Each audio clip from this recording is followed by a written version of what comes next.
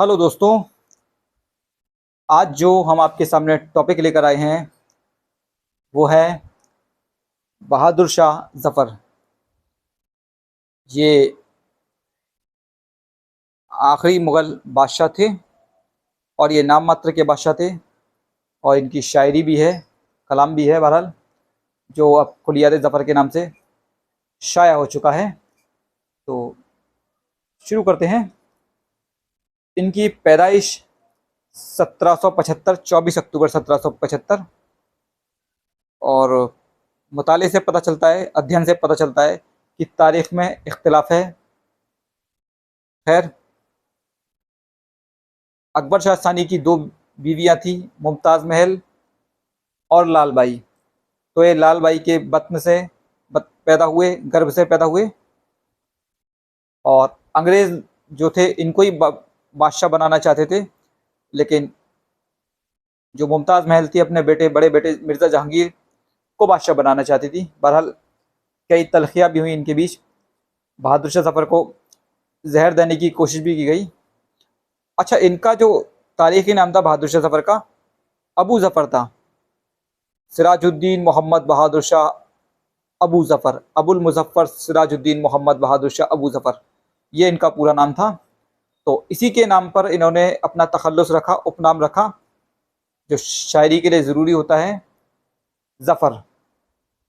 तो खैर, बहरहाल ये 29 सितंबर 1837 में तख्त नशीन हुए, 62 साल की उम्र में। उस वक्त इनके पोते भी थे, बेटों की तो छोड़िए। अच्छा, इनकी बेगमात की तादाद भी काफ़ी ज़्यादा है। सबसे चहीती बेगम मुमताज़ महल, फिर आबादी बेगम और अख्तरी बेगम, शराब महल बेगम, तो कई बेगमात हैं इनकी। बहरहाल तो अंग्रेज़ ये बहादुर शाह ज़फ़र थे, नाम मात्र के बादशाह थे। मैं आपको पहले ही बता चुका हूँ, किला साजिशों का शिकार हो चुका था और किले में भी नहीं चलती थी बादशाह की। ये तो खैर शाह आलम के दौर से चल रहा था। तो बहरहाल मामला चलता रहा। इन्होंने अच्छा, इसमें एक इनके कार्यकाल की एक घटना और है कि प्लेग फैला था, जिसमें इनके बेटे मिर्ज़ा फ़खरू भी शहीद हो गए थे, ये 1856 में। इसके अलावा साजिशें चल रही थी, लेकिन इससे ज़्यादा जो प्रॉब्लम आई वो 1857 में आई थी। ये हुआ ये था कि 26 फरवरी को साजिश की क्रांतिकारियों ने, बागियों ने, कि हमें 31 तारीख को विरोध करना है, यानी कि विद्रोह करना है, बगावत करनी है। तो मीटिंग हुई, लेकिन ये इत्तेफाक से मंगल पांडे को फांसी दी गई थी। तो फिर और भी मेरठ में ये पहले भड़क गई। 10 मई को 10 मई 1857 में बगावत भड़की।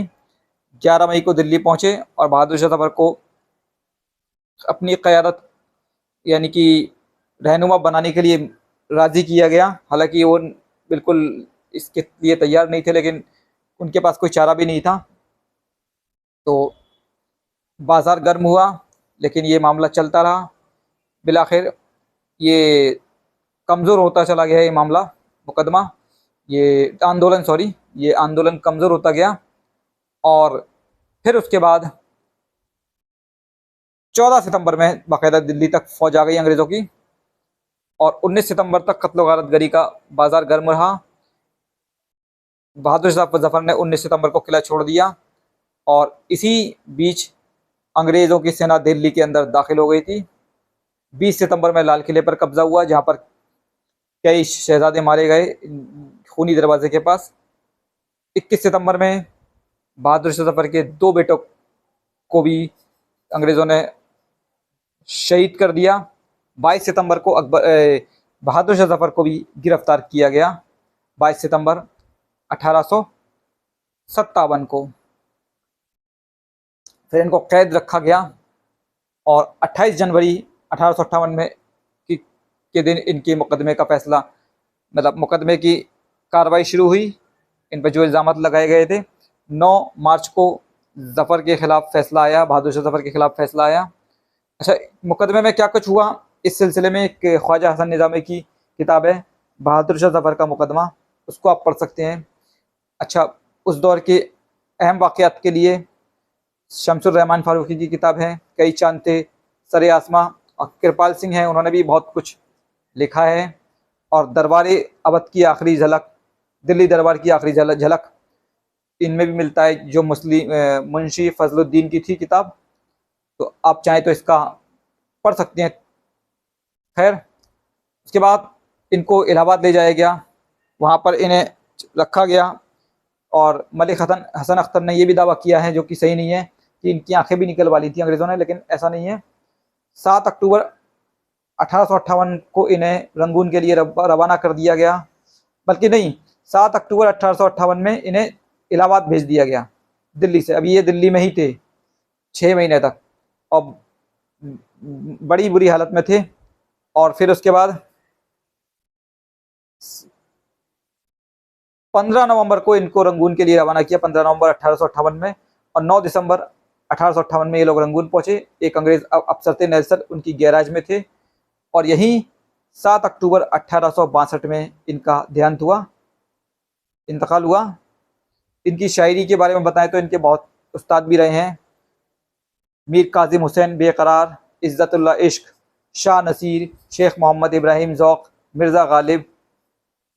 तो इन्होंने जो इनकी शायरी है ठेठ उर्दू में कही है इन्होंने। इसके अलावा इनका हिंदी, पंजाबी, ब्रज भाषा में भी कलाम है, फ़ारसी में भी ये दस्तरस रखते थे, नस्री काटने में भी हैं।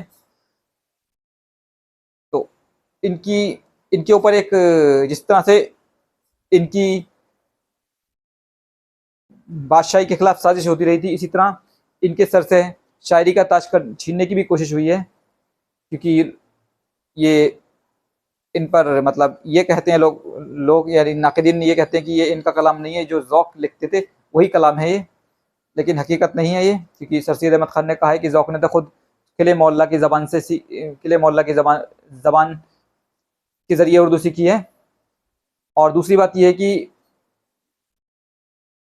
ज़ौक़ ने उर्दू, फ़ारसी वगैरह में तो तब आज़माई की है, लेकिन ब्रज पंजाबी में नहीं की है, तो इससे ही पता चलता है। और इनके मुतअद्दिद उस्ताद रहे थे, और बहुत पहले से इन्होंने शायरी शुरू कर दी थी, तो ये आरोप लगाना ठीक नहीं है कि इनका कलाम अपना नहीं है। हाँ, कुछ हो सकता है कि कुछ कलाम जो है इन्होंने किसी से लिया हो।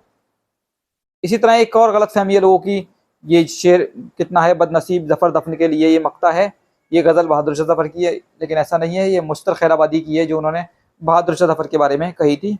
मुश्तर खैराबादी जो थे जावेद अख्तर के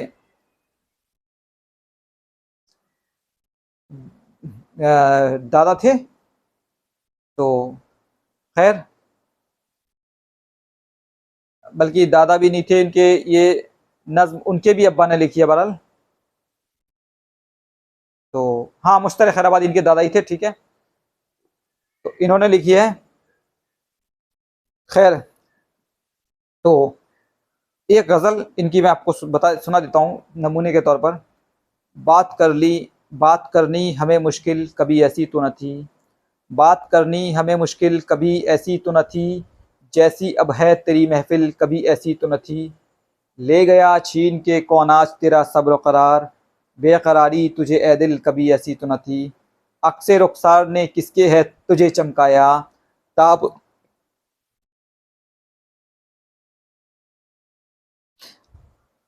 अक्से रुखसार ने किसके है तुझे चमकाया, ताब तुझ में महाकामिल कभी ऐसी तो न थी।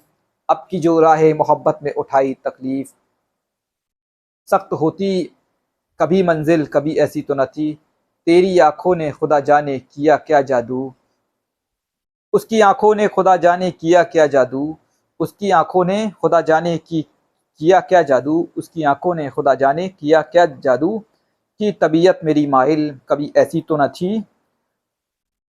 तो ये इनकी गज़ल थी। और मैं आपको बता दूं कि मिर्ज़ा फ़खरुख जो थे शहज़ादे, जो कि दावेदार थे सबसे ज़्यादा, इनकी एक बीवी थी दाग दहलवी की माँ, जिन्होंने इनसे शादी की थी, लेकिन ये दाग दहलवी इनके बेटे नहीं थे, मशहूर शायर, वो किसी और के थे, लेकिन उनकी माँ ने, दाग दहलवी की माँ ने इनसे दूसरी शादी की थी मिर्ज़ा फ़खरू से।